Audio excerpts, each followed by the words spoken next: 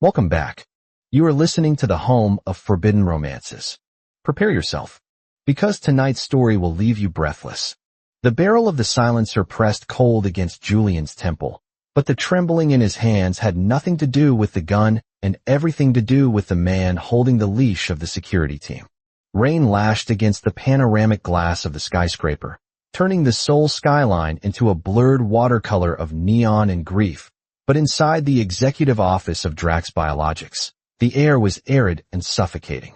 Julian didn't look at the armed guards. His eyes were locked on the silhouette standing behind the obsidian desk, a man he hadn't seen in 5 years, a man whose heart he had shattered to save a life. "Leave us," the voice commanded. It was a baritone that vibrated through the floorboards, smooth as velvet, yet sharp as a scalpel. The guards hesitated, glancing at the intruder who had bypassed 3 levels of biometric security, but no one disobeyed Cash and Drax. As the heavy mahogany doors clicked shut, the silence that followed was louder than the storm outside. Cashin stepped into the light. He was older now, the softness of his youth stripped away to reveal the hard, jagged lines of a predator. His charcoal suit cost more than the apartment Julian had been hiding in for half a decade. His eyes, once warm like molten amber, were now freezing pools of gold. "Julian," Cashin said, testing the name as if it were a poison on his tongue. "You have a lot of nerve returning to the scene of the crime. Did you run out of money? Or did you just miss the thrill of betraying me?" Julian fell to his knees. It wasn't an act of submission. His legs simply gave out under the weight of his exhaustion. He looked up, his face gaunt, his clothes soaked and clinging to his shivering frame. "He's dying, Cashin." Julian's voice cracked, raw from days of screaming into pillows and pleading with doctors. "Please. I don't care what you do to me. I don't care if you kill me right here. But you have the prototype. You're the only one who has it." Cashin walked around the desk, his movements languid and predatory. He stopped inches from where Julian knelt, looking down with a sneer of disgust. "The VX-9 serum? That is a classified asset worth billions. And you think you can waltz in here, after 5 years of silence, and beg for it?" He leaned down, gripping Julian's chin in a painful hold, forcing him to look up. "Who is he? The lover you ran away with? The man you left me for?" Julian's breath hitched. The misunderstanding was a knife in his gut, but he couldn't pull it out. Not yet. The truth was dangerous. If Cashin knew the child was his, if the board knew, the same threats that forced Julian to flee would resurface. "Does it matter?" Julian whispered, tears mixing with the rain on his cheeks. "He is innocent. He has the Cygnus mutation. His lungs are crystallizing. The VX-9 is the only thing that can halt the progression. Please, Cashin, I will do anything." Cashin released him with a shove, wiping his hand on a silk handkerchief as if Julian's skin were infectious.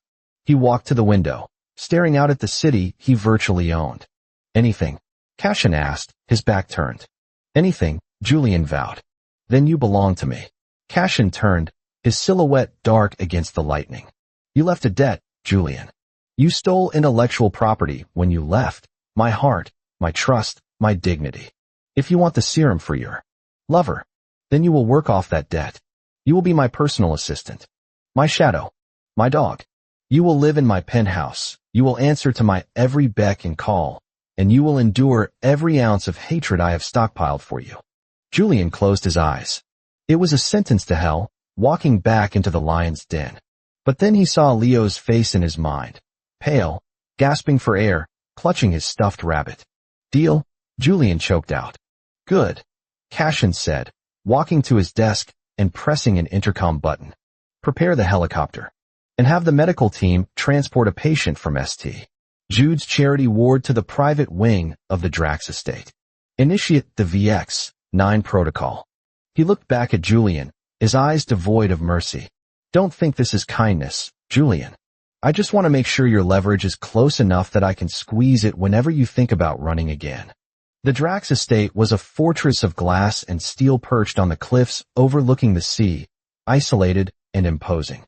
It was a place Julian had once dreamed of filling with laughter and warmth. Now, it was a gilded cage. For 3 days, Julian existed in a state of suspended animation. He was given a uniform, a crisp, white suit that marked him as staff, distinct from the black-clad security.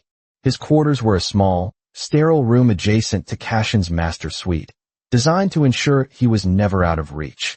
The power dynamic was suffocating. Cashin didn't beat him. He was too refined for that. Instead, he weaponized memory.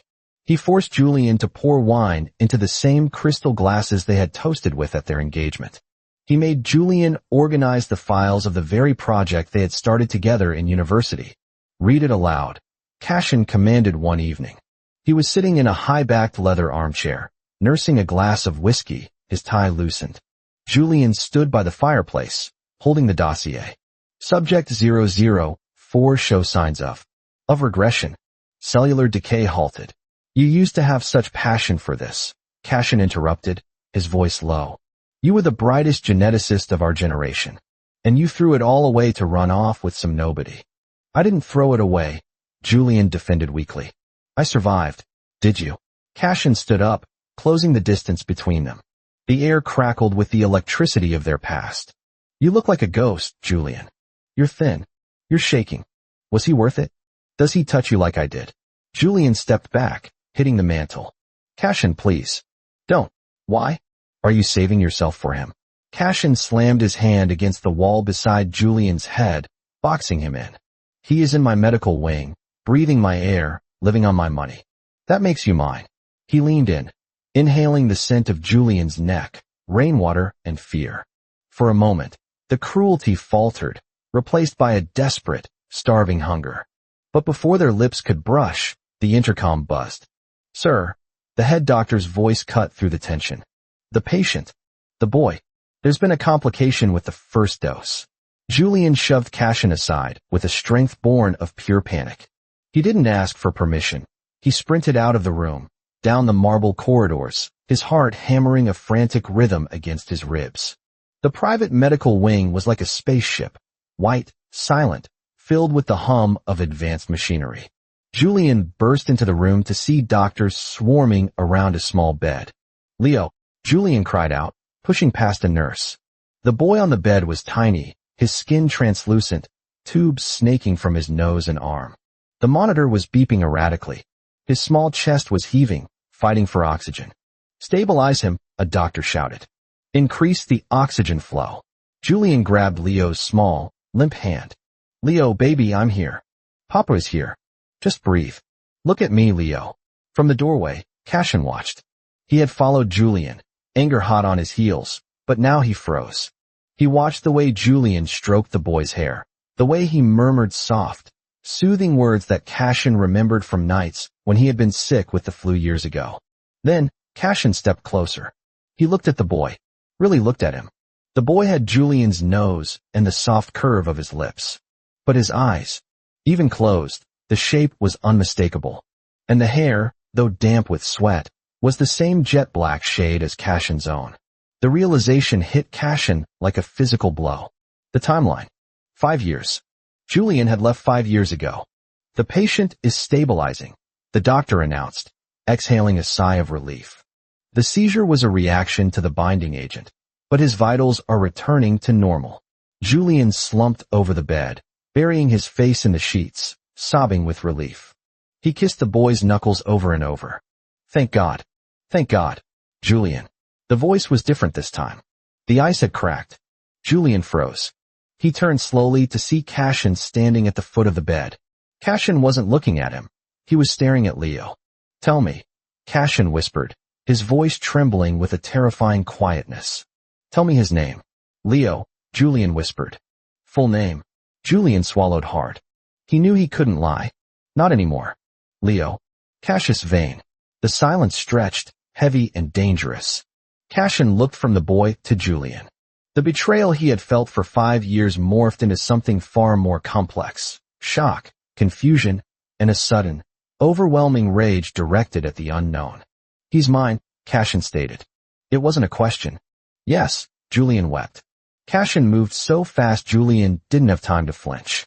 He grabbed Julian by the arm and dragged him out of the medical room, into the hallway, pinning him against the wall. You stole my son, Cashin hissed, his eyes wild. You ran away. You let me believe you left me for another man. You let me rot in misery for 5 years while you raised my child in poverty? Why? Why did you do it? Because they were going to kill him. Julian screamed back, the dam finally breaking. Cashin halted. What? Your father? Julian sobbed, sliding down the wall. The board of directors. When I got pregnant. It was a scandal. A male pregnancy? An abomination for the Drax lineage. Your father came to me. He said if I didn't disappear, if I didn't terminate the pregnancy, he would arrange an accident. He showed me photos of my parents' house. He threatened you, Cashin. He said he would strip you of your CEO title if you stayed with a freak like me. Julian looked up, his eyes red and raw. I didn't leave because I stopped loving you. I left because I loved you both too much to let you be destroyed. Cashin stood motionless. His father, the man who had died 3 years ago, leaving Cashin the empire. The man Cashin had respected. The pieces fell into place. The sudden security detail his father had insisted on around the time Julian vanished. The way his father had blocked every private investigator Cashin had hired. You should have told me, Cashin said, his voice breaking. I would have burned the world down to protect you. I couldn't take that risk, Julian whispered. Look at you now, Cashin. You're the king of this city. You won. But Leo. He's sick because I couldn't afford the treatments. I failed him. Cashin dropped to his knees. For the first time in 5 years, the great Cashin Drax knelt not to inspect a flaw, but to level himself with the man he loved. He reached out, his hand shaking, and cupped Julian's face. No, Cashin said fiercely. You kept him alive. You brought him back to me. He pulled Julian into his arms. It wasn't the possessive grip of a master claiming a servant. It was the desperate clutch of a drowning man finding a raft. Julian buried his face in Cashin's shoulder, smelling the expensive cologne and the underlying scent of the alpha he had never stopped craving. Is he going to make it? Julian asked, his voice muffled by Cashin's suit. He is a Drax, Cashin said firmly, stroking Julian's hair. And he has your stubbornness. He will live. I have the best scientists in the world. I have the drug. And I have you. The recovery was slow, a grueling marathon rather than a sprint. For weeks, the medical wing became their home. The dynamic shifted. Julian was no longer the servant, though he refused to leave Leo's side. Cashin, however, changed the most. The ruthless CEO began taking meetings via video call from the hospital room chair. He learned to change for bags. He learned to read bedtime stories, his deep baritone stumbling over rhymes about bunnies and moons, much to awaking Leo's delight. One rainy afternoon, a month later, Leo was sitting up, coloring in a book. The color had returned to his cheeks. The crystallization in his lungs had receded by 80%. Julian stood by the window, watching the rain, the same rain that had lashed against the glass the night he returned. Cashin came up behind him, wrapping his arms around Julian's waist, resting his chin on Julian's shoulder. The heat of his body was a comfort Julian had starved for. The board is holding an emergency meeting tomorrow, Cashin murmured. Julian stiffened. About what? About my announcement. Cashin kissed the sensitive spot behind Julian's ear. I'm introducing my heir. And my husband. Julian turned in his arms. Cashin, the scandal. The stock prices. Let them crash, Cashin said, his eyes fierce and adoring. I spent 5 years building an empire of money to fill the hole you left. It didn't work. I don't care about the company. I care about the 2 people in this room. He took Julian's hand and pressed it against his chest, over his heart. You ran away to save us.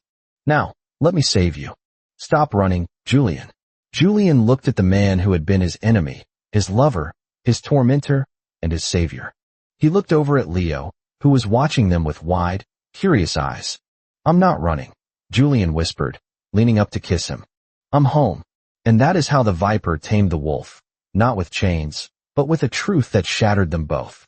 If you enjoyed seeing Julian bring the mighty CEO to his knees, destroy that like button.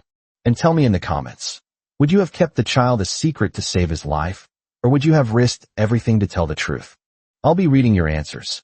Subscribe for the next chapter. Until then.